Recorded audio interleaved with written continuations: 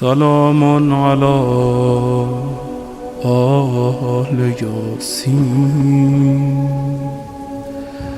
السلام عليك يا داعي الله ورباني آياته. السلام عليك يا باب الله وديان دينه. السلام عليك يا خليفة الله وناصر حقه. السلام عليك يا حجة الله ودليل إرادته. السلام عليك يا تالي كتاب الله وترجمانه. السلام عليك في آناء ليلك وأطراف نهارك. السلام عليك يا بقية الله في أرضه. السلام عليك يا ميثاق الله الذي أخذه ووكده. السلام عليك يا وعد الله الذي ضمنه. السلام عليك أيها العلم المنصور والعلم المسبوق والغوث والرحمة الواسعة وعدا غير مكذوب. السلام عليك حين تقوم. السلام عليك حين تقعد. السلام عليك حين تقرأ وتبين. السلام عليك حين تصلي وتقنط. السلام عليك حين تركع وتسجد. السلام عليك حين تهلل وتكبر. السلام عليك حين تحمد وتستغفر. السلام عليك حين تصبح وتمسي. السلام عليك في الليل إذا يغشى والنهار إذا تجلى. السلام عليك أيها الإمام المأمون. السلام عليك أيها المقدم المأمون. السلام عليك بجوامع السلام.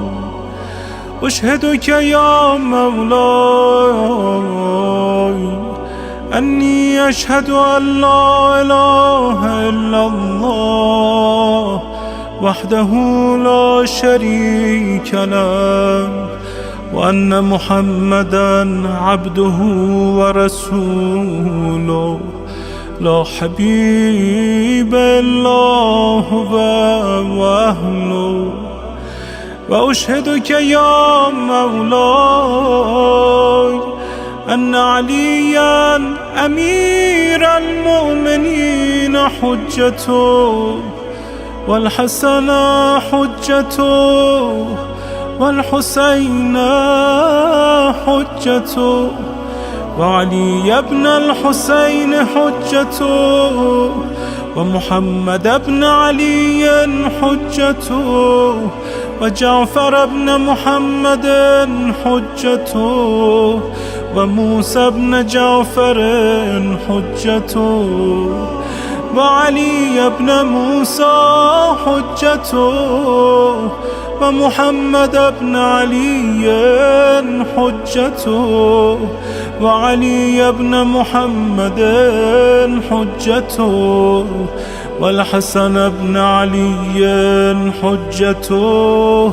وأشهد أنك حجة الله.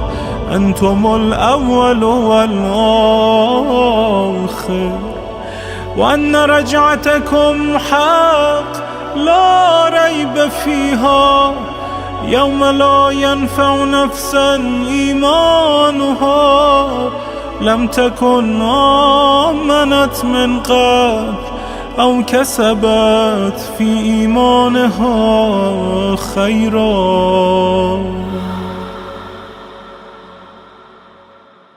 وأن الموت حق وأن ناكرا ونكيرا حق وأشهد أن النشر حق والبعث حق وأن الصراط حق والمرصاد حق والميزان حق والحشر حق والحساب حق والجنة والنار حق والوعد والوعيد بهما حق. يا مولاي